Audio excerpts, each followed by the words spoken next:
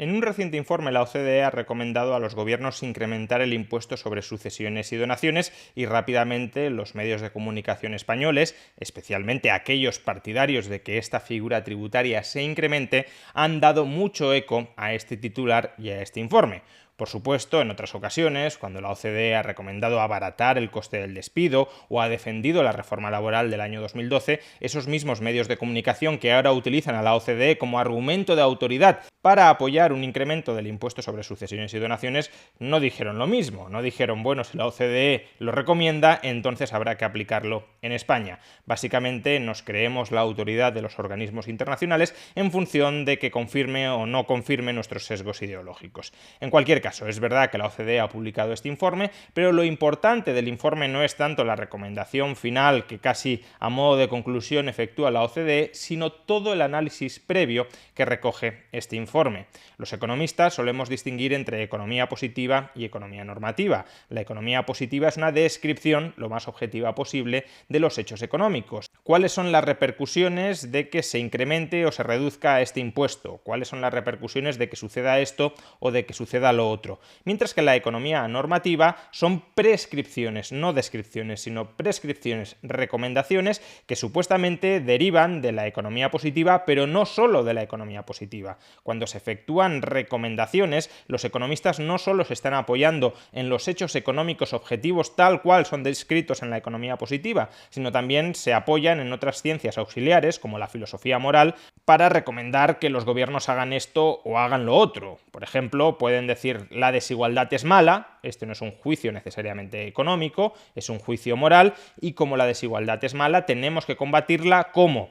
Con el impuesto sobre sucesiones y donaciones, porque el impuesto sobre sucesiones y donaciones, economía positiva, descripción objetiva de los hechos económicos, contribuye, o no, ahora lo comentaremos, pero contribuye a reducir la desigualdad económica. Por consiguiente, del informe lo menos interesante son las recomendaciones basadas en economía normativa que efectúa la OCDE y mucho más interesantes son los juicios de economía positiva que también efectúa la OCDE en la mayor parte de este informe. La OCDE resume en este informe el estado del arte, el estado de la ciencia, el estado de la evidencia empírica actualmente disponible en relación con el impuesto sobre sucesiones y donaciones. Es decir, cuáles son las repercusiones que este impuesto tiene sobre la economía. Luego, a partir de estas repercusiones, podremos recomendar subirlo o bajarlo, pero lo importante es que conozcamos los hechos, cuál es el estado actual de la evidencia empírica al respecto. Y eso es lo que vamos a resumir en este vídeo. ¿Cuáles son las repercusiones que, de acuerdo con este informe resumen de la OCDE, tiene el impuesto sobre sucesiones y donaciones dentro de una sociedad, dentro de una economía? Empecemos por el impacto que este impuesto tiene sobre la eficiencia económica, es decir, sobre la capacidad que tienen los agentes económicos para coordinarse y para generar riqueza. De acuerdo con la OCDE, el impuesto sobre sucesiones y donaciones, por un lado, desincentiva en parte, según la OCDE de manera moderada, pero desincentiva que las personas ahorren. ¿Por qué? Porque si uno de los motivos para ahorrar es dejarle a tus herederos algo en herencia y el impuesto se come, devora esa herencia, los motivos para ahorrar se reducen. Es más, lo que puede hacer es incrementar las donaciones filantrópicas de las personas, porque si yo sé que mis herederos no van a heredar o no van a heredar tanto como heredarían en ausencia del impuesto, lo que hago es donar ese dinero a asociaciones benéficas porque normalmente esa donación está exenta de impuestos. También es cierto que según cómo se articulen las donaciones pueden ser mecanismos de elusión fiscal para reducir el pago de impuestos en IRPF que esas mismas personas en vida tendrían que hacer. Por tanto, primera consecuencia sobre la eficiencia económica, reducción del ahorro y por tanto reducción de la acumulación de capital. Segunda consecuencia, que los donatarios, es decir, aquellas personas que recibirían la herencia, como reciben menos herencia cuando está el impuesto, tienen mayor propensión a trabajar. Es decir, su oferta de horas de trabajo se incrementa si el impuesto está en vigor y se reduce si el impuesto no está en vigor. ¿Por qué razón? Evidentemente, si yo recibo una herencia muy cuantiosa, mi necesidad para trabajar en el mercado se reduce de manera importante. Por consiguiente, si las personas que recibirían herencia no reciben tanta herencia, tendrán que trabajar durante más horas a lo largo de su vida. Y esto desde un punto de vista de eficiencia económica, de crecimiento económico, es positivo. ¿Por qué? Porque habrá más oferta de horas de trabajo, de personas dispuestas a generar riqueza. Ahora bien, la OCDE también matiza que cuidado con esto, porque en la medida en que esas personas pudieran querer crear una empresa con cargo a la financiación que habrían obtenido de una herencia, la herencia puede ser algo así como capital semilla para futuros empresarios que heredan ese capital, ese patrimonio, pues si hay un impuesto, la empresarialidad entre los más jóvenes herederos se podría ver reducida si no cuentan con otros mecanismos de captación de financiación. A su vez, el impuesto podría interrumpir la transmisión de negocios familiares, lo cual también reduciría la empresarialidad de los hijos en la medida en que a lo mejor no reciben ninguna empresa. Por consiguiente, los efectos sobre la eficiencia económica, por resumirlo, son, por un lado, menor ahorro y, por tanto, menor acumulación de capital, lo cual es negativo. Por otro, mayor oferta de horas de trabajo, mayor trabajo entre los herederos, lo cual es positivo. Pero ese mayor trabajo ofrecido puede ser trabajo de menor calidad. ¿Por qué? Porque no es trabajo empresarial, no son más horas de trabajo enfocadas a la creación de empresas en la medida en que la reducción de la transmisión de la herencia puede dar como resultado una menor financiación para que los herederos desplieguen sus proyectos empresariales. Menor acumulación de capital, mayor oferta de trabajo por cuenta ajena, menor empresarialidad.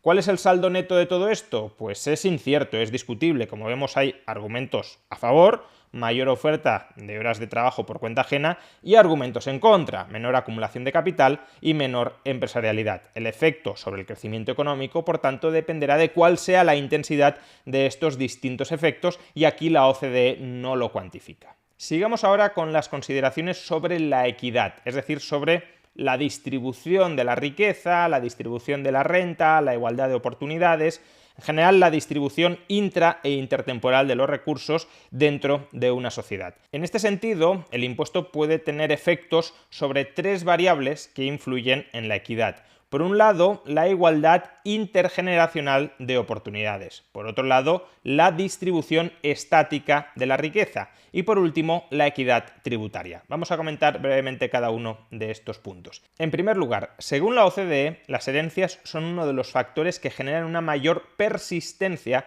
intergeneracional de la riqueza. Básicamente, y apelando a la experiencia sueca, la mitad de la correlación entre el patrimonio de los padres y el patrimonio de los hijos se explica por las herencias. Si los padres son ricos, los hijos tienden a ser ricos o al menos a tener una riqueza por encima de lo normal, y la mitad de esta correlación se debe a las herencias. Por tanto, un impuesto sobre sucesiones y donaciones podría, desde esta óptica, incrementar la igualdad intertemporal de oportunidades, en el sentido de que la riqueza de los hijos esté descorrelacionada o más descorrelacionada con la riqueza de los padres, que una persona se labre su propio destino con independencia de cuál sea el patrimonio de los padres. Ahora bien, también hay que tener en cuenta, y esto lo aclara la OCDE, que la correlación entre más de dos generaciones, es decir, de abuelos a nietos, ya se encuentra muy descorrelacionada y las herencias no tienen mucha influencia.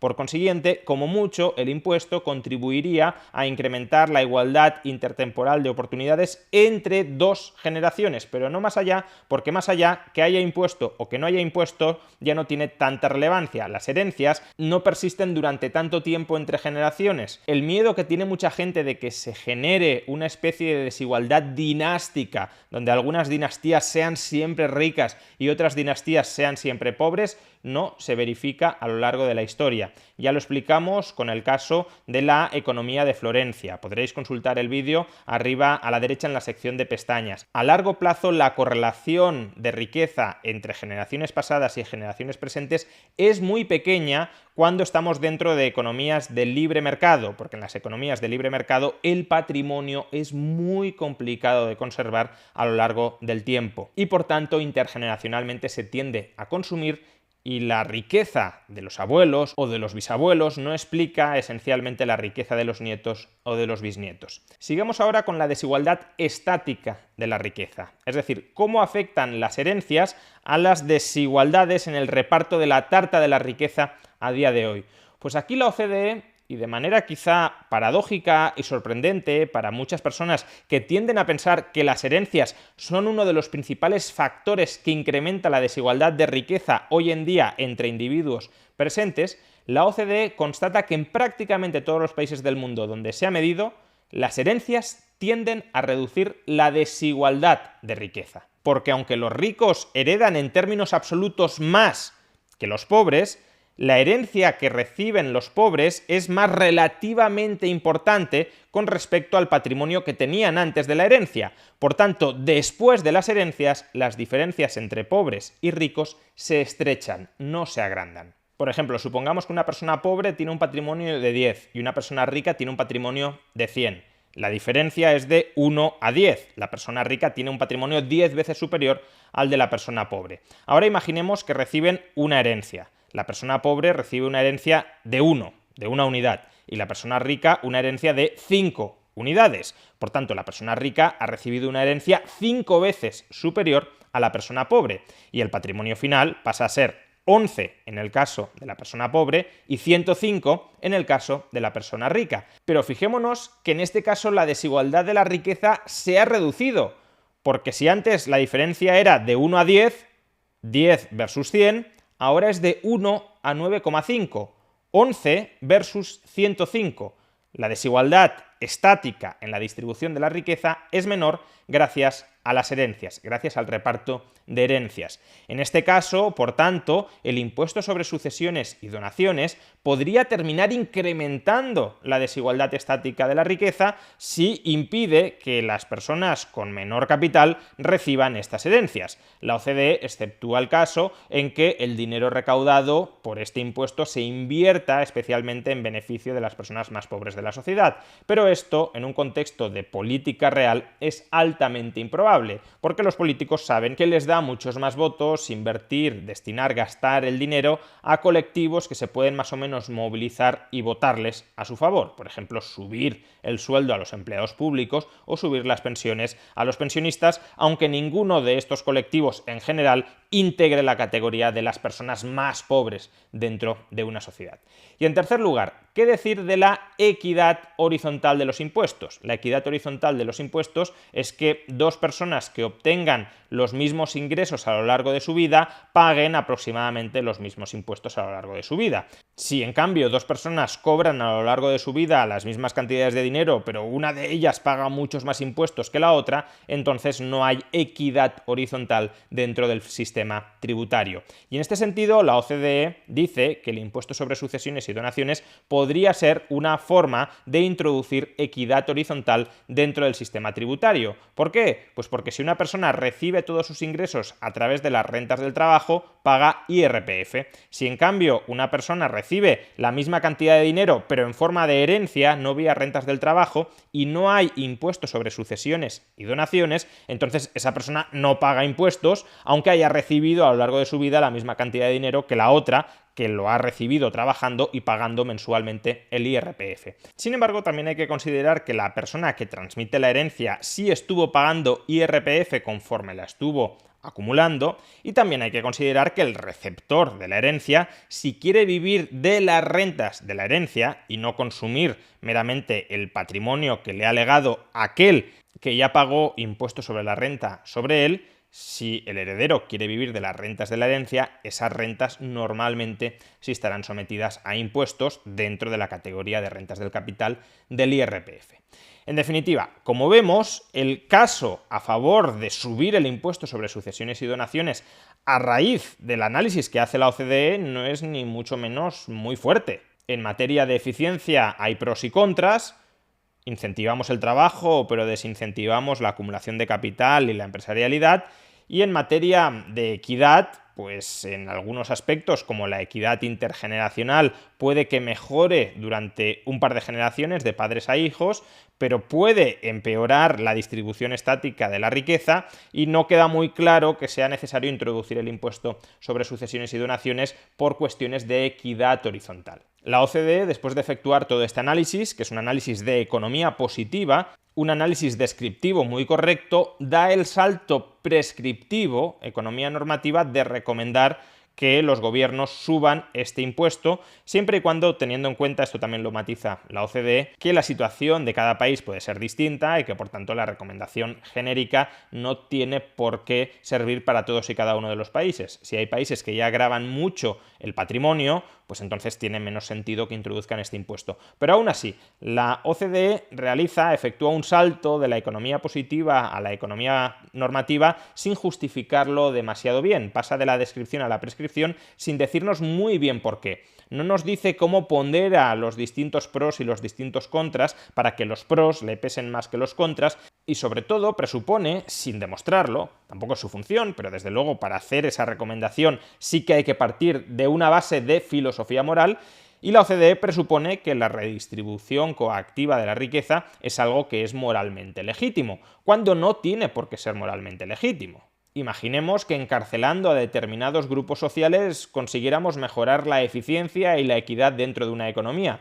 ¿Sería eso suficiente para justificar que se encarcele a esos inocentes dentro de esos grupos sociales? Evidentemente no. ¿Por qué? No por consideraciones económicas, sino por consideraciones de filosofía moral, de ética. La ética es lo que marca las restricciones de a dónde puede llegar o no puede llegar una determinada recomendación de política económica. Y la OCDE eso no lo toca, no intenta demostrar que quitarle la riqueza a una persona que la ha acumulado pacíficamente y que decide de manera voluntaria transmitírsela a otra persona sin generar, por tanto, ningún tipo de daño a terceros, que quitarle la riqueza, el patrimonio a esa persona sea algo legítimo. Presupone que lo es, pero no lo demuestra. Y por tanto uno puede comprar todos los argumentos de economía positiva que resume la OCDE en este informe y que hemos también resumido en este vídeo, sin aceptar en absoluto las conclusiones a las que, de manera un tanto chapucera, llega la OCDE cuando dice, en función de estas consideraciones previas, aunque sin explicar muy bien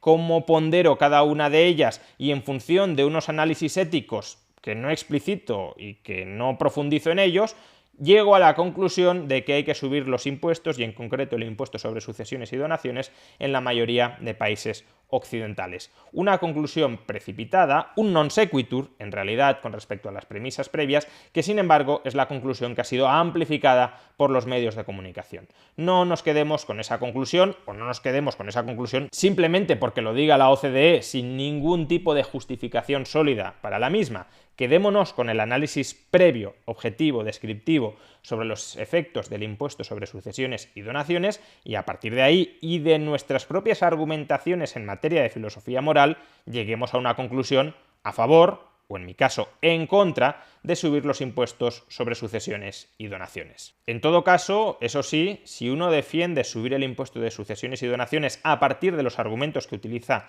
la OCDE, debería al mismo tiempo defender una rebaja del IRPF, especialmente para las rentas más altas, porque si lo que nos preocupa, si lo que nos interesa tanto es aumentar la oferta de horas de trabajo, porque ese es el gran argumento que se puede dar a favor del impuesto sobre sucesiones y donaciones, pues lo que no tiene mucho sentido es subir el impuesto para incentivar el aumento de las horas de trabajo, que la gente quiera trabajar más, y al mismo tiempo establecer un IRPF muy alto que tiene el efecto contrario, que es el de desincentivar que la gente quiera trabajar más. Si subimos el impuesto sobre sucesiones y donaciones, la recaudación debería ir a parar a bajar el IRPF.